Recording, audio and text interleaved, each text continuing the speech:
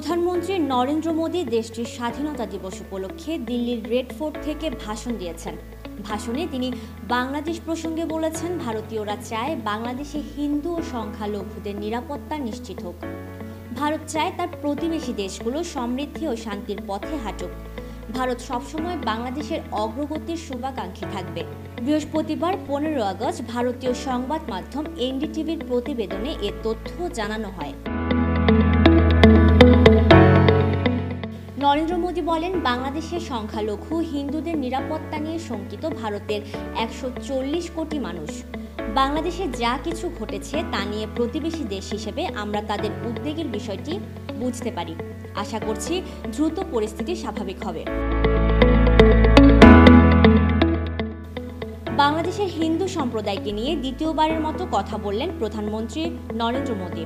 এর আগে বাংলাদেশে অন্তর্বর্তীকালীন সরকার ক্ষমতা গ্রহণের পর তিনি প্রধান উপদেষ্টা ডক্টর মোহাম্মদ ইউনূসকে হিন্দুদের নিরাপত্তা নিশ্চিত করার আহ্বান জানান। শেখ হাসিনা সরকারের পতনের পর 3 দিন বাংলাদেশে কার্যত কোনো সরকার ছিল না। তখন ঢাকা সহ সারা দেশে হিন্দু সম্প্রদায়ের ওপর হামলার অভিযোগ ওঠে।